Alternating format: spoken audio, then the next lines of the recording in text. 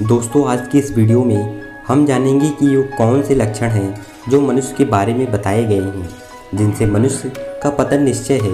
ये कौन से लक्षण हैं जो मनुष्य को बर्बादी की ओर ले जाते हैं। आइए पूरी बात समझने के लिए वीडियो में अंत तक बने रहें। एक बार भगवान बुद्ध श्रावस्ती में ठहरे हुए थे।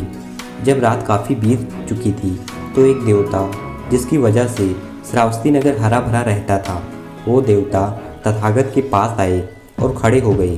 बुद्ध से निवेदन किए कि मैं आपसे एक प्रश्न पूछने को आपकी सेवा में उपस्थित हुआ हूँ। मैं जानना चाहता हूँ कि आदमी का पतन कैसे होता है। भगवान बुद्ध ने इन कारणों को 12 लक्षणों में वर्णित किया है। जिस प्रकार उन्नति करने वाले लक्षण का जानना आसान होता है, ठीक उसी प्रकार से जो आदमी पतन की ओर जाना चाहता है उसका भी लक्षण आसानी से दिख जाता है। जो धर्म से प्रेम करता है वो उन्नति की ओर जाता है। ठीक इसी के विपरीत जो धर्म से घृणा करता है उसका पतन निश्चय है। ऐसे मनुष्य जिसे सत्पुरुष अच्छे नहीं लगते और असत्य पुरुष का सानिध्य उन्हें अच्छा लगता है, यह मनुष्य के पतन का दूसरा कारण होता है।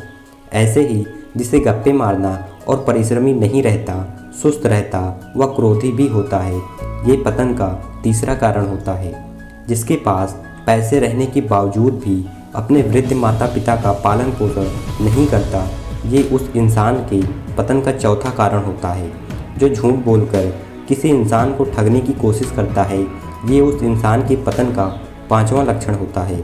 गौतम बुद्ध बताते हैं, जो आदमी संपत्ति रखते हुए भी जिसके पास बहुत ही धन होता है और वह इसे भोग विलास में व्यर्थ करता है, तो यह उस इंसान के पतन का छठवां लक्षण होता है। इसी तरह से जो इंसान शराबी और जुआड़ी है और जो कुछ भी नहीं करता, उसको ऐसो आराम में बिताता है, गौतम बुद्ध के अनुसार इस लक्षण को आठवां लक्षण बताया गया है।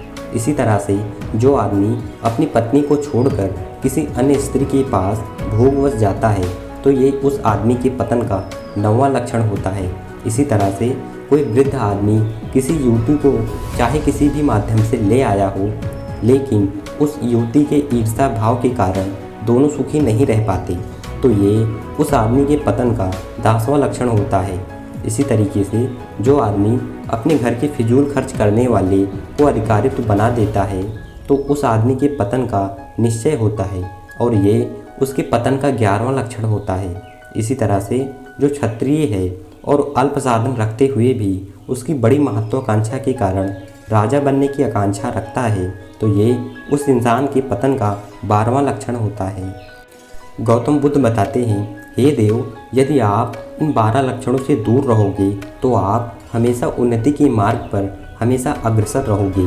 दोस्तों, इस कहानी से हमें यही सीख मिलती है कि अगर हमें एक सुखमय और संपूर्ण जीवन व्यतीत करना है तो भगवान गौतम बुद्ध के इन 12 लक्षणों को हमेशा स्मरण रखें और बुद्ध के विचारों को अपने जीवन में अपनाएं। दोस्तों, आपने इस कहानी से क्या सीखा हमें कमेंट करके ज़रूर बताइए, और वीडियो अच्छी लगी तो वीडियो को लाइक करके चैनल को सब्सक्राइब करके बेल नोटिफिकेशन को ऑन कर लीजिए। मैं मिलता हूँ किसी नेक्स्ट वीडियो में, तब तक के लिए धन्यवाद।